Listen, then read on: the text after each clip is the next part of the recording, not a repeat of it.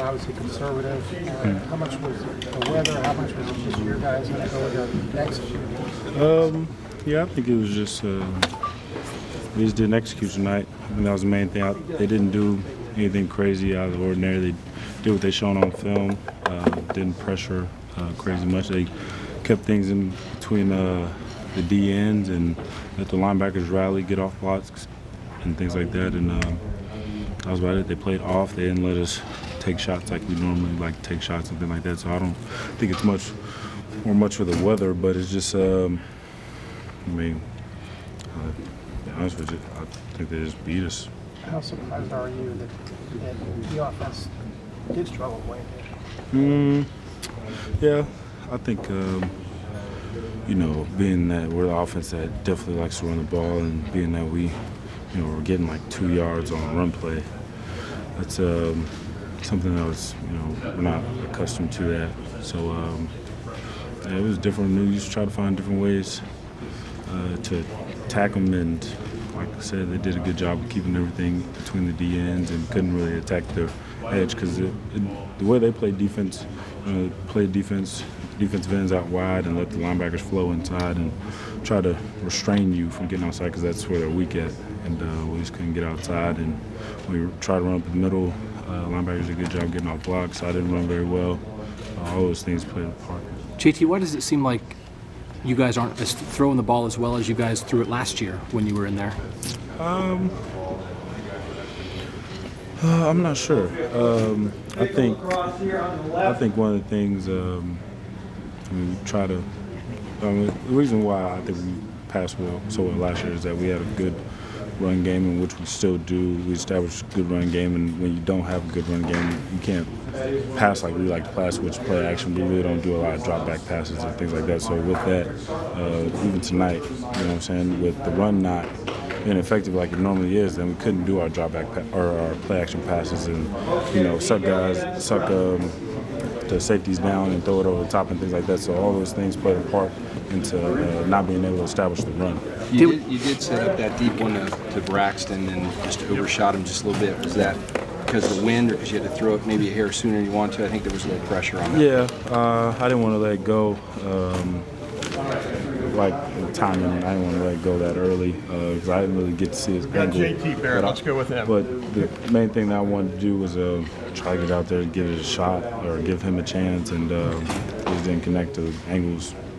Didn't match up. So. JT, did it set you back at all that here we are in the 11th game of the season, it's only your third start, that it took this long for, took 7 games for you to earn the starting job back? Did that affect you at all at this point in the year?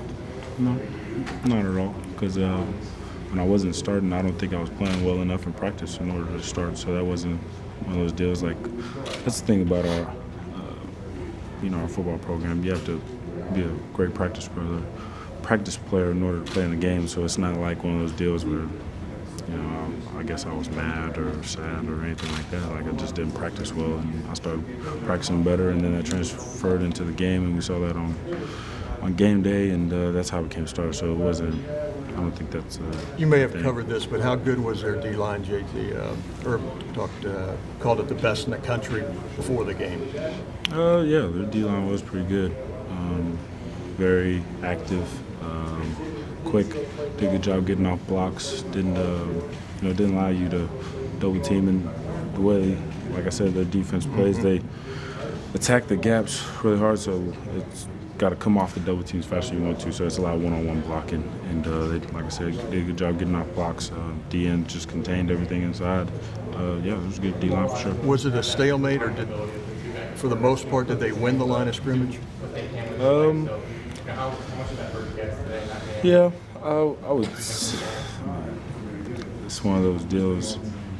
I think we were able to get to we had a chance to get to the second level, but it was more of a linebackers getting off blocks and making plays. I think that was more of it. So it wasn't really the initial front, 4 down linemen. I don't think that was the case. I think just being able to, reading the blocks, and also, I didn't do a great job of that. And then also been doing a good job just getting off blocks. I think that's more of it. JT, do you understand that from the outside it's kind of shocking in the idea that your offense played so well at Michigan State against this defense last year. We talked about that before. Correct. That, that was one of your best games. The offense really broke out. That it's the same defense, and it's such a different outcome today, I think, from the outside is sort of hard to figure out. Do you understand, like, if people sort of look at those two things and kind of don't know what happened? Well, I think, I guess if you explain it, I mean, it's a new year. You have different plans going into games based on what we saw on film, so our game plan was different compared to last year. I know maybe the same defense, but they also didn't play other teams the same way too. So different, defenses change and things like that. And what happened in this game, they played their base defense, and we had a different plan for them. And like I said, they just, made more plays. They made the plays when they needed to, and we didn't make the plays. Can you talk about transitioning and trying to the resolve that's in the room now to play the team up north, play your rival? Right, and this is part of football. I mean, you wish all the time you could win every game, but you're gonna lose some. So with that, I think one of those deals is you see where you're at as a team. You know what I'm saying? Are you gonna bow your head and turn the other way, or are you gonna lift your head up and decide that, well, we didn't play well, we have to get better? And I think that's where we're at as a team. I think that we're gonna pick our heads up and be like, well, we lost, and that's just fact, and we gotta play tonight. And so next step is, well, now we gotta find why that happened and make the changes in order to get better. Thank you. Quarterback change. Two more questions for Jay. You haven't played a ranked team all year. This was the game that everyone's going to say, okay, how good is Ohio State? How much, in your mind, were you not sure? And what does this game tell you? Say that again? You haven't played a ranked team all year, so everyone's pointing to this game. Okay, this will tell you how good Ohio State is. Right. How much were you thinking that as well, and how good is this team? No, rankings, I don't think those are one of those type deals, because I think that's a long discussion that we as players and coaches really don't even, try to worry about, because it's not, we can't control it. We control, Well, not so much you should be 2 versus 3 versus 4, right. Just the whole idea. Yeah, so with that, coming here playing a good team, we know they're a good team. We're talking about, playing in this East Division, Ohio State, Michigan State, that's a good battle, you know what I'm saying? Despite, the way, the rankings may be set up or whatever the case may be. So with that, I still feel like we're a good team, you know what I'm saying?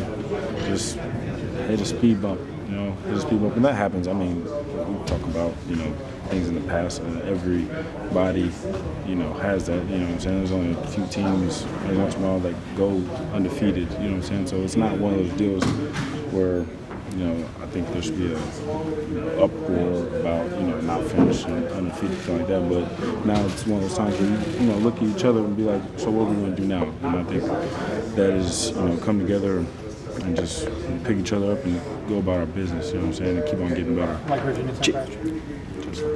JT, what was the effect on the offense this season of having a new quarterbacks coach and play caller in there? Has that had any effect on the offense? No, I really don't think so. I think Coach Beck is a great coach, and our offensive staff do a good job preparing us. I mean, we had a good week of practice. We just came to the game and didn't execute the game plan, so I don't think that is a part of it. I love Coach Beck and what he does for us, and also the other coaches on our offensive staff. So I don't think that's a thing. All right, thanks everyone.